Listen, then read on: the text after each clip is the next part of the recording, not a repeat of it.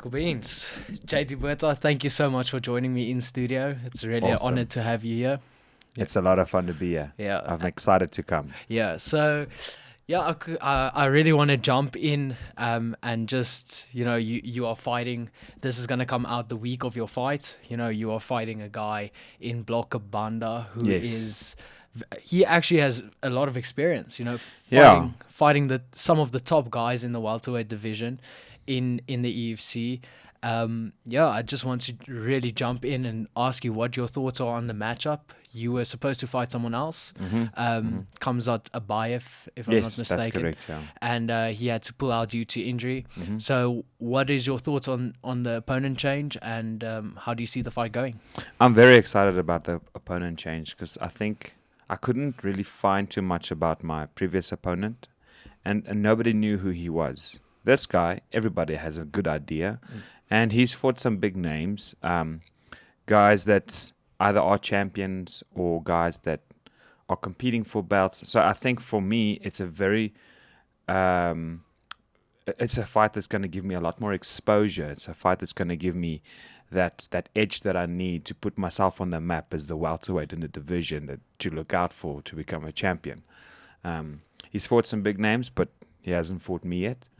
And honestly, I don't want to say he's got holes in his game or anything like that, but I've seen how he fights, and the way we prepare for our fights, we're ready for anybody, any day, anytime, any way.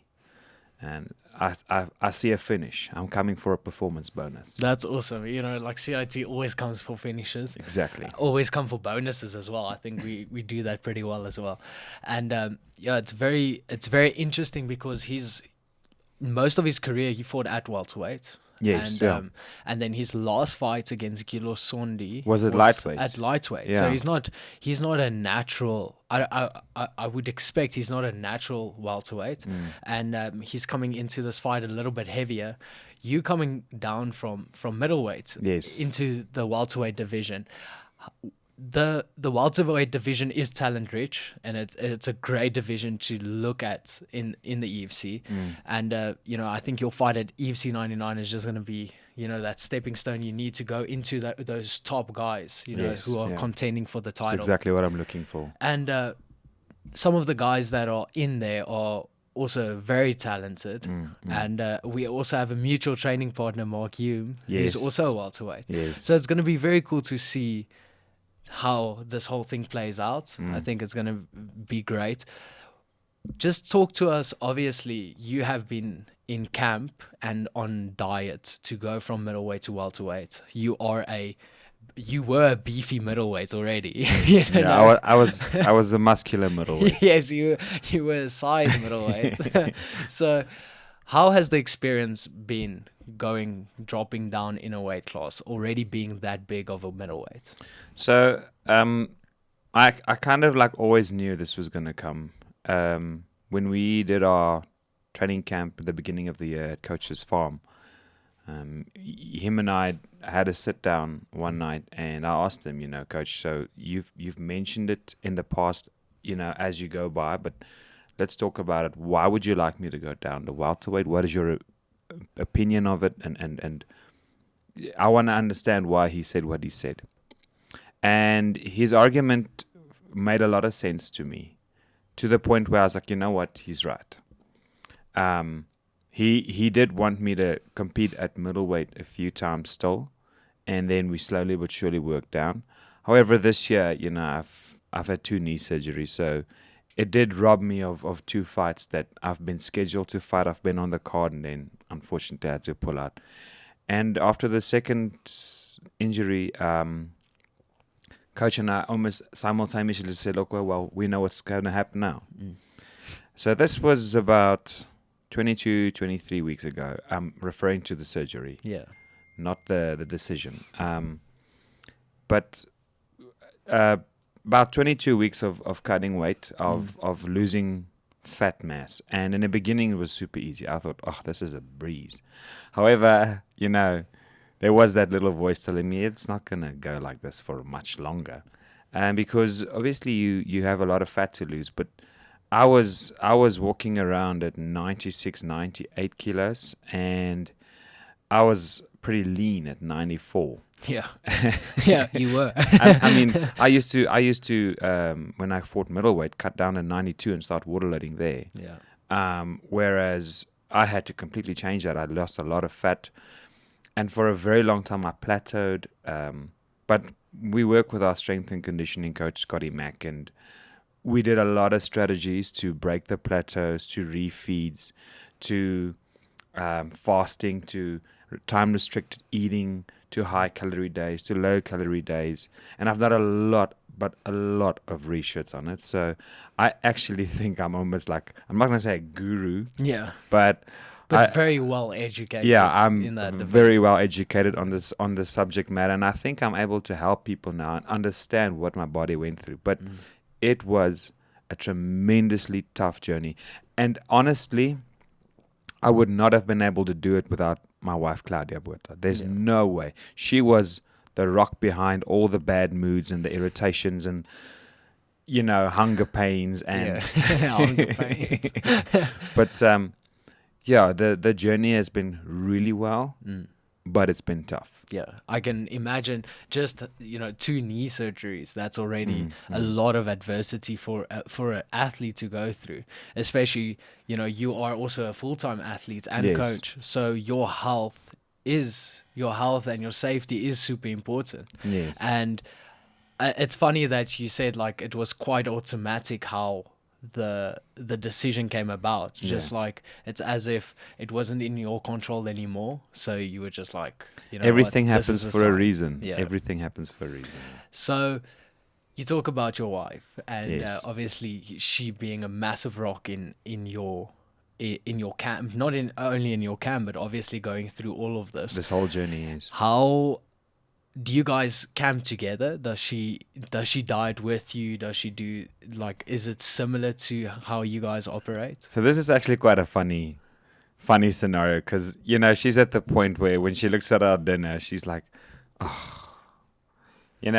some nights she just doesn't have appetite, because it's been the same things for 22, 23 weeks now. Yeah. And she looks at me and she's like, aren't you over this? And I'm like, no, I'm too hungry to be over it. Like, I'm just excited to eat. Yeah. But so I wouldn't say she restricts her calories like I would do. And I don't think she, obviously she trains a lot as well. But because I focus on being a bit more catabolic to lose some muscle mass, I don't think she experiences that. However, it is much easier if your spouse or your better half,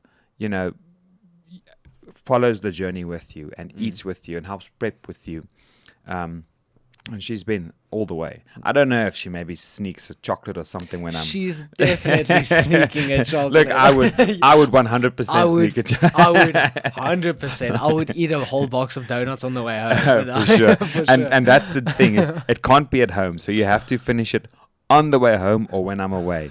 And if you hide it, you better hide it properly. Claudia, we know you're watching. We know you're sneaking snacks, but it's okay. Just don't eat it in front of him. Please, yeah. I'll buy the snacks for you, yeah.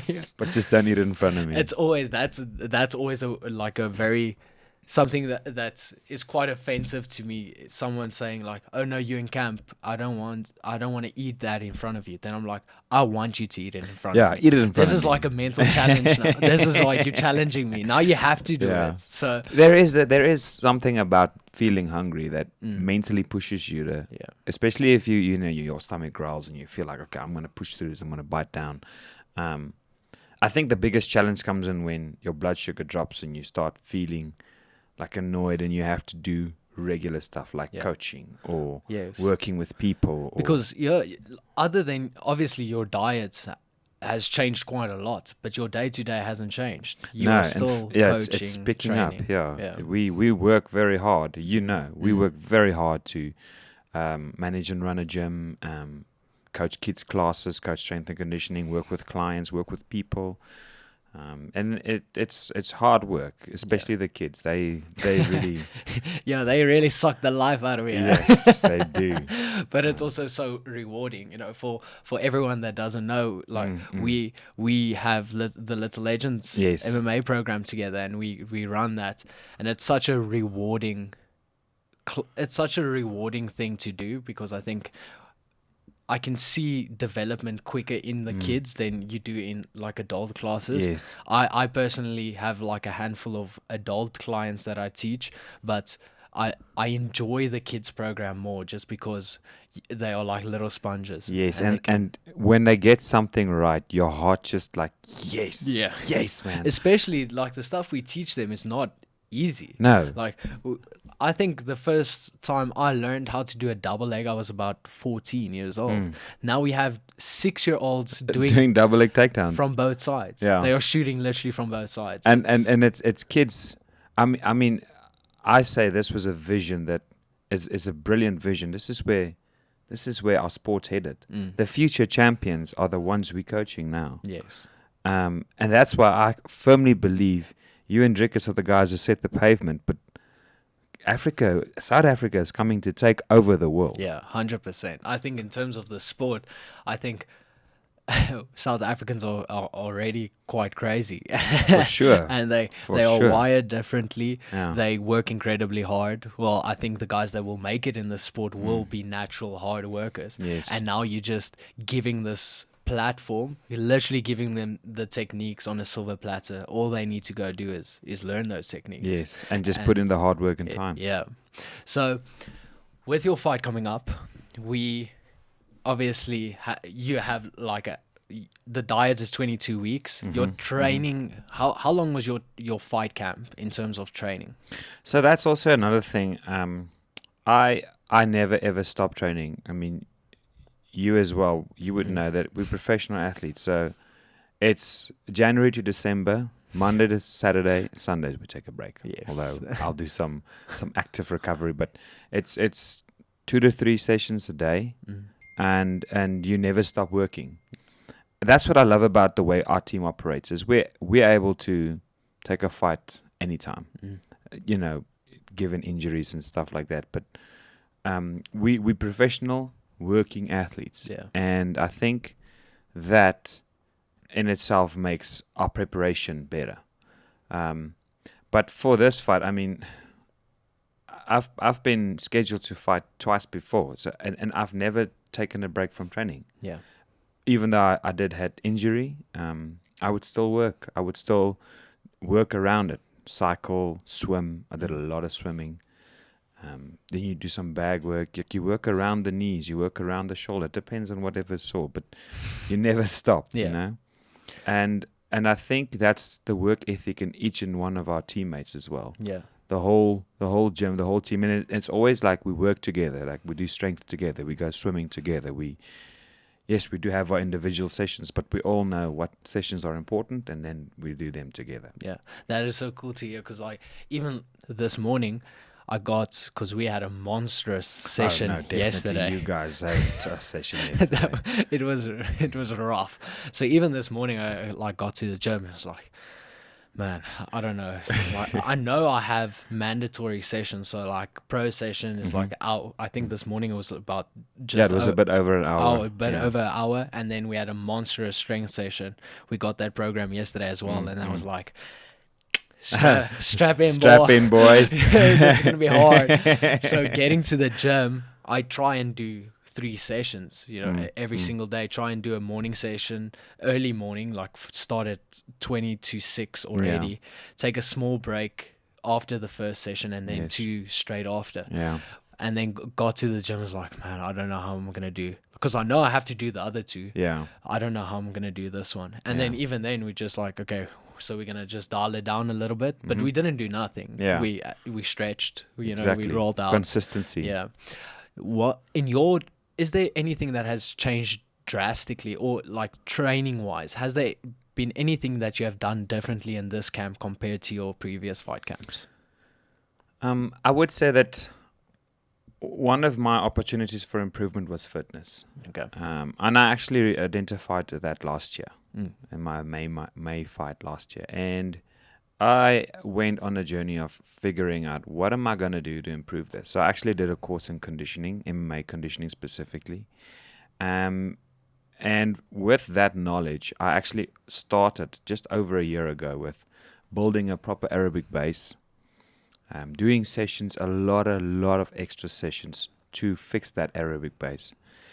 And I think what also counted in my favor for this upcoming fight was because I had to cut down on some muscle mass, I eased up on strength training with regards to heavy weights and building muscle, and focused a lot more on aerobic training, low pulse work for longer times. And I did a lot of spinning, a lot of swimming. I've picked up a lot of pad work. So I've really been trying to change between aerobic and anaerobic training. That all accompanied with our training sessions, which we don't miss.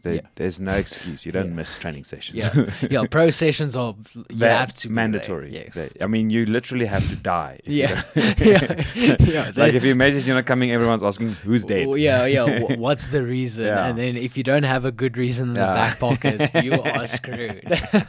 I remember like a few years ago, my very first car. I hit my first car. I remember this story. I was in a small, not a massive car crash, but it was still like a bumper bash. 100%. And I was broken. I was so sad. I messaged coach and I told him like I'm not coming to training. Like firstly I'm gonna try and fix this. I have to go fill out police reports, but also I'm not in the mental state now to train. And then he just said, Beschat. so it really has to be a good reason for you not to not show up to training, which is also a great thing. Like, but what is awesome is how your mindset shifts about that, because it's from one point where you don't want to, where you go to a point where like no, you need to, and you start prioritizing it. And actually, you become in such a habit that you're like, no, I'm not going to miss this session. I mean, you'll know, we've rescheduled holidays. When people arrange social gatherings or weddings, birthdays, everything. You don't sacrifice because this is the job and this is the life we chose. Sometimes I still think people like forget that. If I tell them like, okay, we're going to training, it's just like you going to work. Exactly. It's the same thing. Sometimes like my mother will still be like, yo, come on Saturday. And I'm like, I can't. I have training. She's like, no, but skip training. Or like, really, on a Saturday? And I'm like, yes, we work on Saturday. Exactly. And people be like, yeah, but you only have one client in the morning. Like, no, I train afterwards. I've got 2 sessions after that. I'm not done working. Like, and then it's like a 40-minute warm-up before the 2 sessions. Exactly. And then a cool down afterwards. So it's taking up half your day. Exactly. Like, it's half day, almost 3/4 of your day gone. Every Saturday. That's it. I know how well educated not only you are, but your wife as well in strength and conditioning, dieting. Even like I think your sleeping patterns are super strict. Yes, we've really also looked into that as well. How big does the sleeping patterns play a role? I have like a strict sleep schedule. I know what to do before I go to bed. I wake up every single day. I wake up exactly the same time, Monday to Sunday.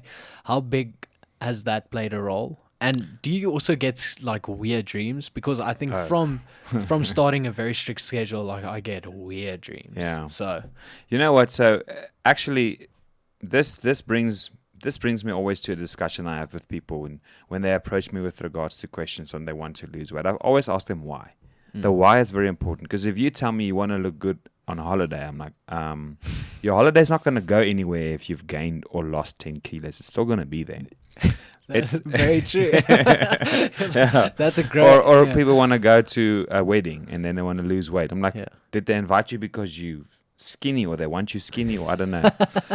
But what I'm trying to say is, so I take a look at pro athletes, and when you do something, you do it properly. You eat properly, everything, every day. You train properly. you sleep properly. You can't skimp on one thing. You can't go out and say, okay, I'm gonna buy the best food and then not sleep properly. Yes. It's all balanced. Yeah. So having said that, we really looked into all of it, from our diet, nutrition, everything, till our supplements, what we take, till sleep hygiene. And it's to the point where, exactly like you said, from Monday to Sunday, I wake up the same time. Yeah. Late sleep for me is not a thing. Yeah. So we try and get in bed. It all depends on how things work at the gym and what times our sessions end and our training sessions end. But you always try and manage it properly so that you get to bed at a reasonable hour. For ours, it's about 9 o'clock, latest 9:30. And then try and wake up at 4:30. Yeah. On a good day, 5 o'clock or so. It all depends, but Yeah, it's always in the same time bracket. yeah. And I give or can take feel 30 minutes. my body naturally falls asleep and naturally wakes up at a time, to the point where I sometimes wake up before the alarm and I say, okay, the alarm's going to go now. Yeah. So I thi- it's like- important to look at your sleep hygiene. So usually it's such a weird thing. Like we always say, okay, camp is starting like this date, as if we weren't doing that Exactly. already. But about 4 to 6 weeks into camp, then I start playing a game with myself. Like I wake up before the alarm every single time, and then I try and guess the time. So I wake up every single day or morning. I wake up 10 minutes before 5, and then now already, like, we are 10 days into camp, and I'm already waking up before that. Then the body is ready to get to work, so I'm like already, okay, I'm guessing it's like 4:45. And then I really try and get in 5 minutes of the guess. I've got a similar game I play. Mine is I have to beat the sun. Okay. So every morning I try and stare into the sun just for 3 to 7 minutes with a cup of coffee, decaf, obviously, because that's part of the sleep hygiene. But that's a different story. As I try and beat the sun, I'll see you come up. I'm waiting for you. I've seen you a few times at the gym. You sit outside, and you just like enjoy. He just looks like he's chilling. Sometimes we watch you, like Henny and I, who like, what is he thinking right now? He looks so content. It's He looks actually so extremely happy. peaceful. It looks like it. I'm jealous. If I had to sit outside, I'd be like, oh, yeah, this is boring. You know what? It's quite cool because you notice a lot of interesting things. Like first of all, the time of the sunrise and how it changed with the season. So I started with this when I started with this weight cut journey. So, every day it's a bit earlier. So now it's to the point where I have to rush to the gym. If I want to get it. And then also you notice nature, you notice the animals. It's actually a funny story, but animals have a natural instinct to also stare into the sun first thing of the day. And what you see in the mornings is you'll see all of a sudden just this massive flock of birds just all flying towards the sun, and I'm assuming that's what they're doing. They're just following their getting natural, that vitamin D. Circadian rhythms going.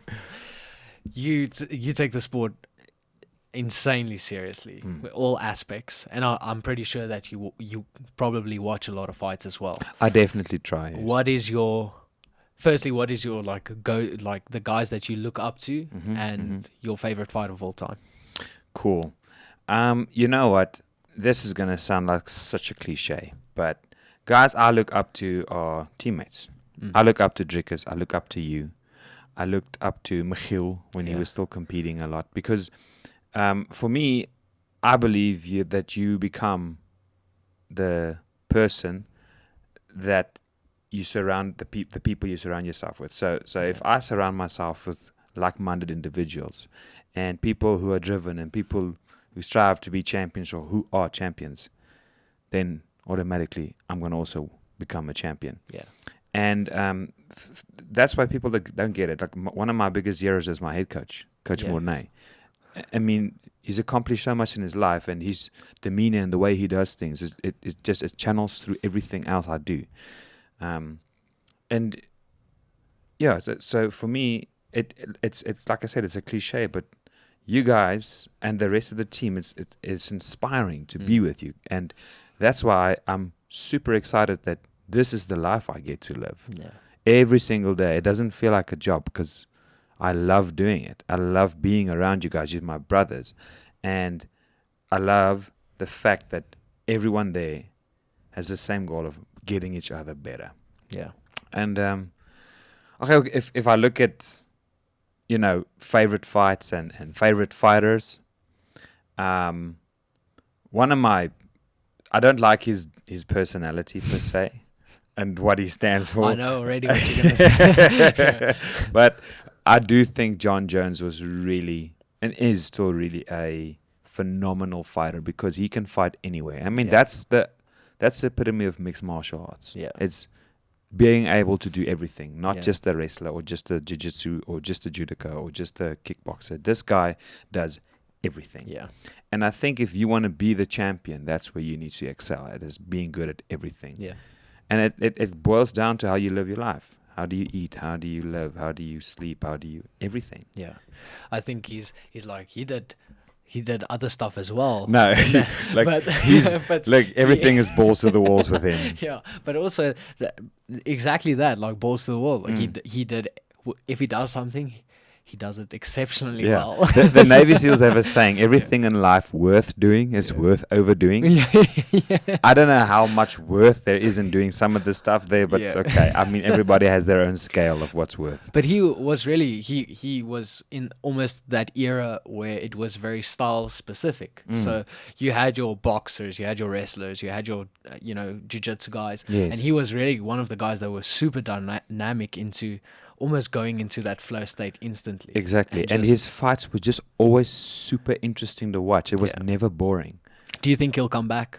Definitely. And I would love for him to come back at heavyweight because my opinion is, although there are like guys like Cyril Gane, Cyril Gane. He's actually pretty technical, but some of the heavyweights are just sluggers. Exactly. It's almost like just be fit, then you're ready. That's also fun. A good slugfest, Imagine if Tai Tuivasa was just a little bit fitter, just a little bit. It would be insane. But I really hope he comes back to. Obviously, I want him to fight. Yes. There were talks about him fighting on the UFC 282, our fight card. Oh, really? And I was so excited. Like early reports were coming out, and then it just died down again. So hopefully they can make something happen. I think he'll make a comeback. I don't know. I think he's still got quite a bit in. Look, I'm under the impression as long as you keep at it, if you follow this lifestyle and you make those good decisions, you can do this sport well into your 40s. There's a lot of guys 100%. That do it. Athletes today remain athletes much longer than the past. 100%. And technology changed them. Exactly. Yeah, technology and also like research coming out every single month, every single week coming out. Yeah. It's easy if you do it properly, and I think if you do it like you are doing it, like at a very professional level, I think it's very easy to go well into your 40s. For sure. Especially for heavier weights. I think it's easier for you guys. I think like the lighter guys like us, who we retire a little bit sooner. But I think there's potential for him to come back, and I really hope he does. That would be sick. Look, I think for the lighter guys, you won't be able to fight at a lightweight forever. Yeah. You age, and it gets more and more difficult. Your body adapts to these weight cuts. Tell me about it. But I foresee you multiple divisions. Thanks. Yeah, that's we're gonna do this till we're old buddies. Old, and then if we're like very old, like we have to, like people are begging us, okay, please stop. Please stop now. Then we're just gonna smoke some joints and do jiu-jitsu. Yeah, we become high rollers. Yeah, high rollers, baby. Slap on, let's go. That's definitely the plan. Yeah, 100%. I'm never, ever, ever not gonna train, and never, ever not gonna do martial arts. In fact, I will die in that gym and I'll be happy. Yeah. Please, not in a bed, not in an old age home. There. I think that's one thing that you can see it in the kids program. You can see that kids love to play. And I think like the older you get, you stop playing. Yeah. And we play every single day. Every day. Like, we are messing with each other. We are calling each other, like we are literally like exactly. kids. Yeah. Calling each other rude. We are 100% kids.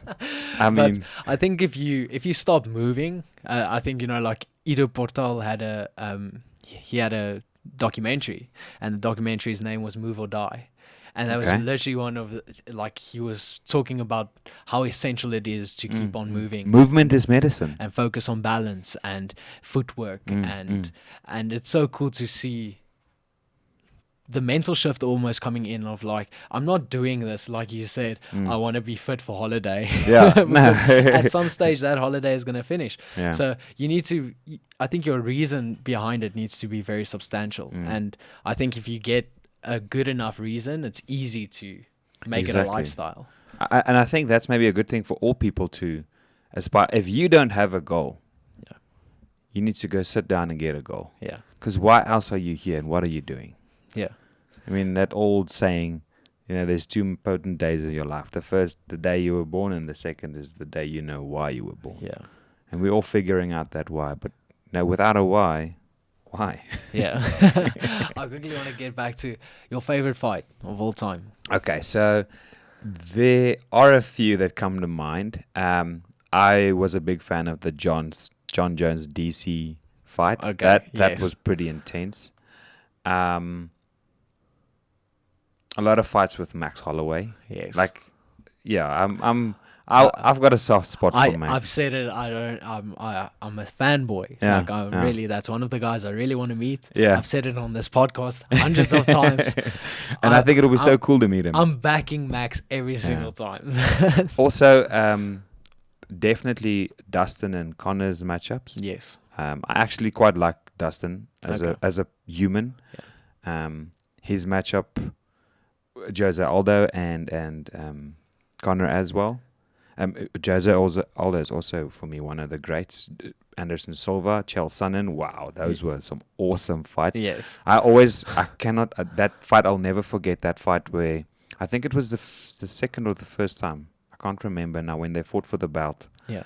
And it was Chael was winning the whole fight. Yes. And it was then- literally the last few seconds where, Yeah. and there was that controversial triangle choke, and it's Yeah. like, And then Uncle Chael, he came out saying after the fight, he was like, no, if he gets tapped in that round, he's just losing the round. He's not losing the fight. That's how he tried. He was claiming like he understood the rules wrong. So. that's like Leon Edwards and Usman. Yes, like yeah. he won the whole fight to the last minute. And then, yeah. Who you said you're a massive fan of Dustin. I'm guessing you are backing him against Michael Chandler.